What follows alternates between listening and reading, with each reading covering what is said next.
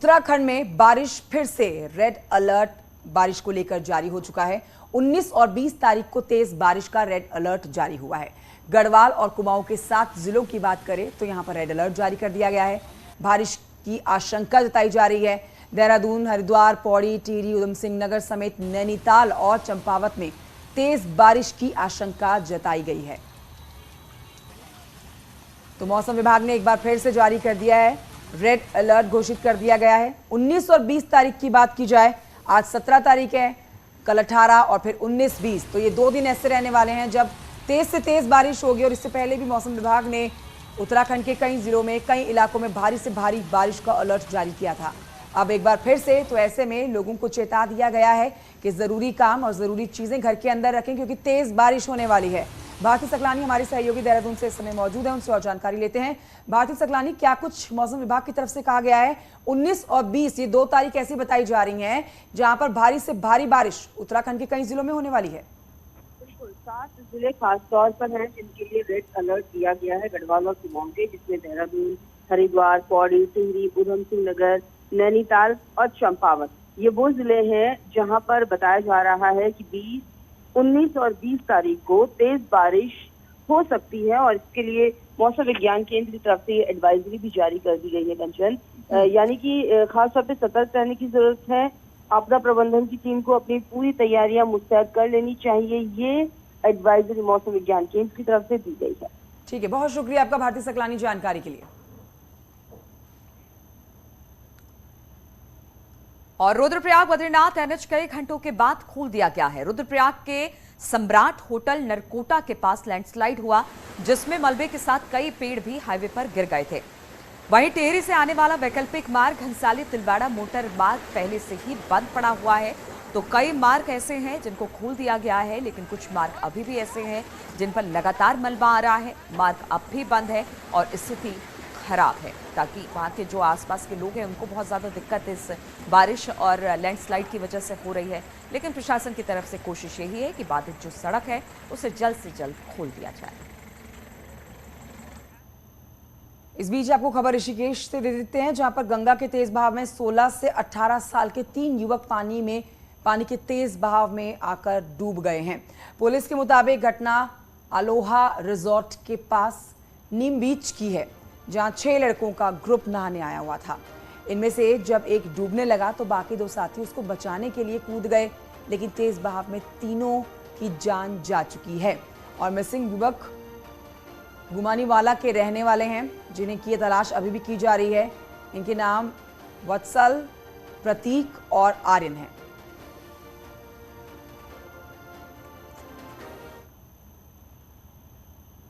और देहरादून से भी कुछ इसी तरह की खबर सामने आई, जहां पर नदी में नहाने के दौरान हादसा हुआ, जहां पर जाखल नदी में युवक का शव मिला है। एसडीआरएफ ने युवक के शव को नदी से बाहर निकाल लिया।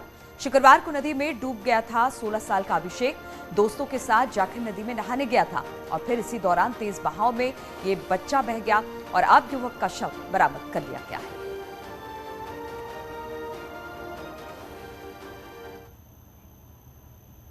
तो हरिद्वार में जल पुलिस ने गंगा में डूब रहे 2 बच्चों को बचाया है और दोनों बच्चे परिवार के साथ दिल्ली से आए हुए थे यहाँ घूमने के लिए। गंगा में नहाने के दौरान ही तेज बहाव में बहने लगे।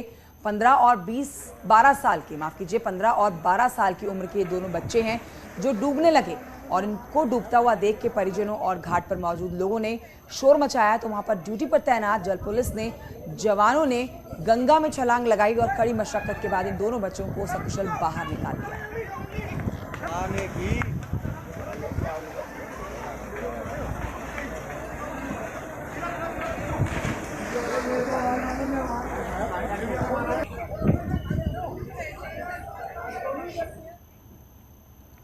और रामनगर से खबर है, जहां पर एनएच 309 पर एक व्यक्ति को बाघ उठाकर ले गया। वाहन के पास बाघ उठाकर ले गया। बाइक सवार बताया जा रहा है ये व्यक्ति। वन विभाग की टीम शख्स की तलाश में जुटी हुई है। कॉर्बेट की मंदाल रेंज में लगे रामनगर वन प्रभाग की कोसी रेंज का ये मामला बताया जा रहा है, जहां पर एक बाइक सवार पर बाघ ने हमला किया और फिर उसे उठाकर ले गया।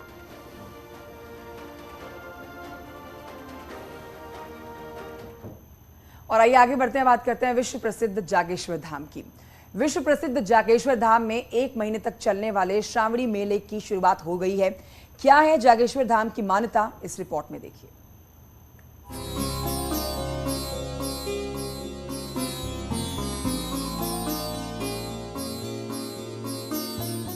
जागेश्वर धाम श्रद्धालुओं की आस्था का केंद्र है। श्रावण महीने में श्रद्धालु शिवार्चन और जलाभिषेक करने पहुंचते हैं। वहीं सीएम पुष्कर सिंह धामी ने श्रावण मेले का शुभारंभ किया और विकसित करने की बात कही। कॉरिडोर मानसखंड माला मंदिर माला मिशन जिसको हमारी सरकार ने प्रस्तावित किया है, उसमें जागेश्वर धाम का हर प्रकार से यहाँ का विकास हो, यहाँ का सौंदर्यीकरण हो, और इसका तो स्कंद पुराण से लेकर सभी में उल्लेख है। जागेश्वर धाम को देश के 12 ज्योतिर्लिंगों में से एक माना जाता है और मान्यता है कि श्रावण महीने में शिव के धाम के दर्शन करने मात्र से सभी मनोकामनाएं पूरी होती हैं। जागेश्वर धाम का नाम आता है। स्कंद पुराण शिव पुराण में जागेश्वर का पूरा वर्णन दिया गया है। ये जागृत अवस्था में होने के कारण इनका नाम जागेश्वर पड़ा है। यहाँ पर जो है श्रावणी माह का हमारे हिंदू धर्म में विशेष महत्व पूजन का बताया गया है। वैसे तो जागेश्वर धाम में हमेशा श्रद्धालुओं का तांता लगा रहता है, लेकिन श्रावण महीने में भक्तों की संख्या बढ़ जाती है, क्योंकि हर कोई भोले बाबा के दर्शन कर अपने दुखों का निवारण करना चाहता है। न्यूज़ 18 के लिए अल्मोड़ा से किशन जोशी की रिपोर्ट। और हरिद्वार में 20 से 26 जुलाई तक स्कूल बंद रहेंगे। कांवड़ मेले के चलते फैसला लिया गया। 20 से 26 जुलाई तक हरिद्वार में भारी भीड़ जुटने की उम्मीद है। लिहाजा डीएम विनय शंकर पांडे ने सभी स्कूलों को निर्देश दिए हैं कि वो निजी स्कूल और ना मानने पर सभी स्कूल तो बंद रहेंगे 20 से 26, लेकिन जो स्कूल खुलेंगे उस पर कड़ी कार्रवाई की बात भी की है डीएम की। बढ़ते हैं आगे, कांवड़ियों की बात करते हैं। 4 करोड़ कांवड़ियों की सुरक्षा पर खतरा मंडरा रहा है। आशंका जताई गई है कि कट्टरपंथी कांवड़ियों को निशाना बना सकते हैं। वहीं गृह मंत्रालय की तरफ से जारी अलर्ट के बाद उत्तराखंड सरकार भी अलर्ट हो गई है। 14 जुलाई से शुरू हुई कांवड़ यात्रा 26 जुलाई तक चलेगी। 2 हफ्ते के कांवड़ मेले में उत्तर भारत के अलग अलग राज्यों से शिव भक्तों की भीड़ उमड़ती है। लेकिन कोविड के 2 साल बाद हो रहा कांवड़ मेला कट्टरपंथियों के निशाने पर है और कांवड़ मेले के दौरान कांवड़ियों को टारगेट करके हमले की आशंका जताई गई है। देवभूमि उत्तराखंड की बात करें तो इस बार 4 करोड़ कांवड़ियों के हरिद्वार, ऋषिकेश और नीलकंठ आने की उम्मीद है। ऐसे में गृह मंत्रालय के अलर्ट के बाद सरकार भी सतर्क हो गई है। मुख्यमंत्री का कहना है कि सब अलर्ट हैं और कांवड़ में सुरक्षा की लगातार समीक्षा की जाएगी। कांवड़ यात्रा सुरक्षित होगी और उसके लिए हमने सभी सुरक्षा के जितने भी एजेंसियां काम कर रही हैं, सुरक्षा बल काम कर रहे हैं, वो मुस्तैदी से करेंगे। हर प्रकार की समीक्षा हम लोग कर रहे हैं। कांवड़ियों की सुरक्षा को देखते हुए मेला क्षेत्र बॉर्डर पर सुरक्षा कड़ी कर दी गई है। हरिद्वार और नीलकंठ में 400 से ज्यादा कैमरों से निगरानी हो रही है। Bomb disposal squad, dog squad और एंटी टेररिज्म स्क्वाड के कमांडो भी तैनात किए गए हैं। अलर्ट के बाद केंद्र से सीआईएसएफ की 6 और कंपनियां मांगी गई हैं, जबकि 5 कंपनी पहले से ही तैनात हैं। बीजेपी नेताओं का भी कहना है कि हिंदू धर्म के इस मेले में गृह मंत्रालय के अलर्ट को सरकार को गंभीरता से लेना चाहिए। 400 से ज़्यादा कैमरे, सीसीटीवी कैमरे लगे हुए हैं। ड्रोन से भी निगरानी की जा रही है। हमारी बीडीएस टीमें, डॉग स्क्वाड्स और एटीएस के जो कमांडोज हैं वो सब पूरे क्षेत्र में हमने लगाए हुए हैं। हम पूरी तरह से सतर्क हैं। हाँ, निश्चित रूप से ये अंदेशा हमको भी है, क्योंकि जिस तरह से ये खुलेआम गला रेतने का काम विशेष हिंदू धर्म के खिलाफ किया जा रहा है, तो मैं समझता हूं कि इस समय कांवड़ियों पे भी कोई अटैक कर सकते हैं। तो इसलिए सरकार को जो है बहुत गंभीरता के साथ सुरक्षा के इंतजाम करने चाहिए। उदयपुर में हुई घटना के बाद पूरे राज्य और देश की एजेंसियां अलर्ट हैं, ताकि फिर कहीं इस तरह की घटना ना हो। और यही वजह है कि करोड़ों कांवड़ियों की सुरक्षा को लेकर केंद्र सरकार कोई कोताही बरतना नहीं चाहती। दीपांकर भट्ट, न्यूज़ 18 देहरादून। और देहरादून में 250 करोड़ से ज्यादा की लागत से बना इंटरनेशनल क्रिकेट स्टेडियम बदहाल स्थिति में है। ना यहाँ नेशनल और इंटरनेशनल मैच हो पा रहे हैं और ना ही प्रैक्टिस के लिए ही स्टेडियम खिलाड़ियों को मिल पा रहा है, जिससे राज्य के क्रिकेट और क्रिकेटर्स के भविष्य पर अब बड़ा ग्रहण लगता दिखाई दे रहा है। देहरादून के रायपुर में 253 करोड़ की लागत से इंटरनेशनल क्रिकेट स्टेडियम बना तो उम्मीद थी कि देहरादून में नेशनल और इंटरनेशनल मैच होंगे, लेकिन 4 साल बाद ही उम्मीद धराशायी होती नजर आ रही है। जिस ग्राउंड को अफगानिस्तान ने अपना होम ग्राउंड बनाया और जिसमें आयरलैंड, बांग्लादेश, अफगानिस्तान के साथ ही वेस्टइंडीज की टीमों के भी अंतर्राष्ट्रीय मैच हुए, वहां अब रखरखाव ना होने के चलते स्टेडियम बदहाल हालत में है। कोविड के वक्त स्टेडियम को कोविड केयर सेंटर बनाया गया, लेकिन मेडिकल सामान अब भी यहीं रखा गया है और अपनी अपनी तरफ से अब सिर्फ दावे हो रहे हैं, काम नहीं। सबसे बड़ी तो स्टेडियम की दिक्कत है हम लोग को, और गवर्नमेंट से हमने पहले 2-3 बार बात की थी, बात आगे ही बढ़ी थी, लेकिन वो अनफॉर्चुनेटली हो नहीं पाया।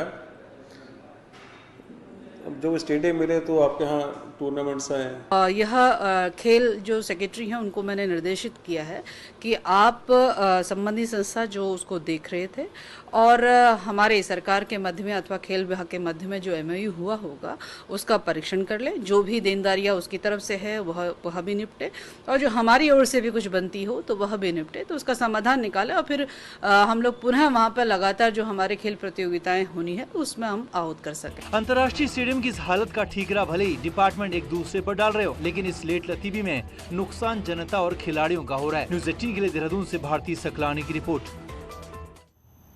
तो वहीं अगर बात प्रदेश के परिवहन विभाग की जाए तो परिवहन विभाग ने राज्य भर में आम जनता के लिए किराया बढ़ा दिया है।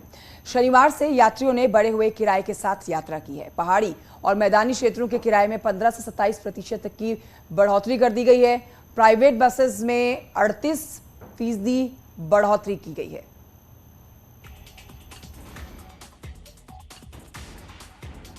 उत्तराखंड में राज्य परिवहन के किराए में की गई बढ़ोतरी लागू हो गई है। नई दरों के अनुसार उत्तराखंड रोडवेज की बसों में हरिद्वार से देहरादून का किराया 100 की जगह 120 हो गया है, जबकि दिल्ली जाने के लिए 315 की जगह अब 330 रुपए देने होंगे। बसों के किराए में हुई बढ़ोतरी का सीधा असर आम आदमी की जेब पर पड़ रहा है। आम आदमी पहले ही खाद्य पदार्थों, डीजल, पेट्रोल और रसोई गैस के बढ़ते दामों से परेशान है और अब किराए में की गई वृद्धि से परेशानी और बढ़ गई है। तो सरकार इन बातों पे अपना विशेष अमल करे कि जिससे हर आदमी खाना भी खा सके, इधर उधर जा भी सके। बस का किराया हो चाहे लाइट बिल हो, इधर कुछ भी प्रॉब्लम है, महंगाई से आम जनता परेशान में है। प्रदेश में बिजली और पानी के बाद सरकारी बसों में यात्रा महंगी हो गई है। ऐसे में फिलहाल आम जनता को महंगाई से राहत मिलती नहीं दिखाई दे रही। न्यूज़ 18 के लिए हरिद्वार से पुलकित शुक्ला की रिपोर्ट। वहीं गदरपुर के पिपलिया गांव में एक महिला की संदिग्ध मौत हो गई। दरअसल पिपलिया नंबर 1 गांव में अचानक से 15 लोगों की तबीयत बिगड़ने से हड़कंप मच गया। आनन फानन में एक के बाद एक मरीजों को इलाज के लिए सरकारी और प्राइवेट हॉस्पिटल में पहुंचाया गया। साथ ही कई लोगों के बीमार होने पर स्वास्थ्य विभाग ने भी हरकत में आते हुए ACMO की अगुवाई में टीम ने गाँव में जाकर इस मामले की जाँच की है। डॉक्टरों की टीम ने 29 ग्रामीणों की जाँच की। जांच टीम में शामिल ACMO ने ये बताया कि सभी मरीजों से डायरिया के लक्षण देखे जा रहे हैं और गांव में बिछाई गई जल संस्थान की पाइपलाइन में आए हुए गंदे पानी के सेवन से ग्रामीणों के बीमार होने की संभावना है।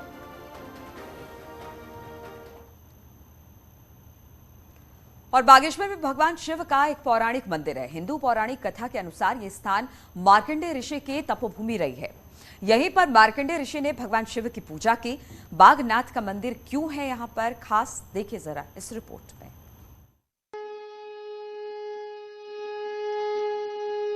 सरयू गोमती के संगम पर बसा भगवान शिव का ये मंदिर देश विदेश के श्रद्धालुओं की आस्था का केंद्र है। ये पौराणिक, ऐतिहासिक, पुरातत्व महत्व का प्रमुख धार्मिक केंद्र है, इसलिए इसे उत्तर की काशी का दर्जा मिला है। कि सरयू ने बोला, हे पर्वतमालाओं, मुझे रोका जाए, मेरे वेग से मार्कंडेय ऋषि जी का देह न बह जाए, हत्या हो जाएगी। तो इस कारण 2 पर्वतों ने सरयू मैया को रोक दिया। भगवान बागनाथ का शिव मंदिर प्रमुख शिव धामों में शुमार है। मान्यता है कि यहाँ भगवान बागनाथ बाघ के रूप में प्रकट हुए थे, इसीलिए इस स्थान का नाम व्याघ्रेश्वर या बागेश्वर पड़ा, जो बाद में बागेश्वर कहलाया। और यहाँ आकर भक्त अपनी मनोकामनाओं के लिए पूजा अर्चना करते हैं। बीच में जो है काफी लोग यहाँ पर तीर्थयात्री आ रहे हैं और भगवान को अभिषेक कर रहे हैं और अपनी मनोकामना पूर्ण के लिए यहाँ पर भगवान से प्रार्थना कर रहे हैं। बागनाथ मंदिर ऐतिहासिक धरोहर है। इस मंदिर में 8वीं से 18वीं शताब्दी तक की प्राचीन मूर्तियां हैं, जिनमें भगवान शिव, सूर्य, विष्णु, लक्ष्मी, कुबेर के साथ भगवान गणेश की कई प्राचीन मूर्तियां हैं। जिसमें हमको ईसा पूर्व से लेके 17वीं 18वीं शताब्दी तक की तमाम मूर्ति कलाएं देखने को मिलती हैं, जो कत्यूरी शैली में ज़्यादातर बनी है। और इसमें की पंचमुखी शिवलिंग की भी यहाँ पर मूर्ति पुरातत्व के महत्व की मूर्तियाँ मिलती हैं, और सहस्त्रमुखी शिवलिंग भी यहाँ पे है। भगवान शिव के भक्तों के लिए बागनाथ मंदिर का बेहद खास महत्व है। यहाँ मान्यता है कि श्रावण मास में बाबा बागनाथ की आराधना से मनोकामनाएं पूर्ण होती हैं, इसलिए भक्ति की डोर से बंधकर भक्त बागनाथ मंदिर आते हैं। न्यूज़ 18 के लिए सुष्मिता थापा की रिपोर्ट।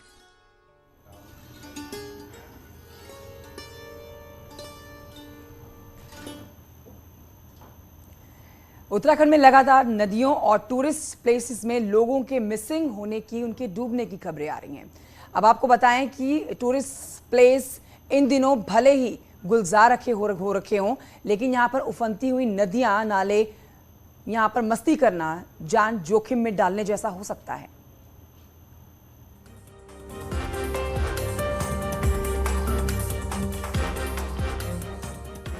देहरादून की जाखंड नदी में एसडीआरएफ को 16 साल की टीनेजर की बॉडी मिली, जो नहाते समय डूब गया था। ऋषिकेश में 3 लड़के बह गए और ये सब लोग यहाँ घूमने और मौज मस्ती के लिए पहुंचे थे। देहरादून के आसपास कई वाटर बॉडीज हैं, जहां लोकल्स और टूरिस्ट दोनों जाते हैं। गुच्चू पानी, लच्छीवाला, सहस्त्रधारा, कैंपटी फॉल, भट्टा फॉल, गूलर घाटी, डाक पत्थर बैराज और माल देवता इनमें प्रमुख स्पॉट्स हैं जो गुलजार रहते हैं। बरसात में यहाँ नजारा अलग रहता है, लेकिन पानी के पास जाने का मतलब होता है बेहद खतरा। हालांकि पुलिस ने सतर्कता से लेकर तेज बहाव वाले एरिया में बैरिकेडिंग करना शुरू कर दिया है और लोगों को वहां जाने से रोक भी रही है, पर फिर भी कुछ टूरिस्ट खतरा उठाने से नहीं चूकते। नदियाँ उफान पर है, अगर हम हर जगह देखें उसे किस तरीके से देखें? हाँ, बिल्कुल आपके बिल्कुल सही है, पर जगह जगह पुलिस ने बैरिकेड्स लगा रखे हैं, तो वो ऑलरेडी हम लोगों को जाने नहीं दे रहे। बट ये सीजन में मतलब यहाँ नहीं आए तो फिर कहाँ आए, तो ये बहुत अच्छी घूमने की जगह है। तो लोगों को आप यहाँ पर सुन रहे हैं और लोग यही बात कहते हुए नजर आ रहे हैं कि वो पूरा एंजॉय कर रहे हैं और उनके लिए यहाँ पर टूरिस्ट प्लेस पर आना एक बहुत ज़्यादा खुशी का पल है। लेकिन इस दौरान ये भी देखना बेहद ज़रूरी है कि आप जब भी टूरिस्ट प्लेस पर आए सतर्कता ज़रूर बरतें। अपने बच्चों को संभाल के रखें और उनकी बच्चों की देखभाल रखें, अपने सामान की भी देखभाल अच्छे से रखें। क्योंकि अभी हम यहाँ पे नहा रहे थे तो मेरा लड़का थोड़ा जो है हाथ छोड़ दिया तो वो बह गया था, उसको पकड़ा हमने। कई जगहों पर अचानक पानी बढ़ जाता है और पुलिस भी इसके लिए लगातार हिदायत दे रही है, इसलिए आपके लिए भी यही सलाह है, फिलहाल नदियों से दूर रहें, सुरक्षित रहें। टूरिस्ट प्लेस में आना इन दिनों जितना शानदार लगता है उतना ही रिस्की भी यहाँ पर बना हुआ है, इसलिए आप जब भी टूरिस्ट प्लेस पर जाएं अपना ख्याल ज़रूर रखें, क्योंकि नदी का तेज बहाव आपकी खुशियों पर भारी भी पड़ सकता है, इसलिए सतर्कता बेहद ज़रूरी है। न्यूज़ 18 के लिए देहरादून से कैमरा पर्सन अमित के साथ भारती सकलानी, उनियाल।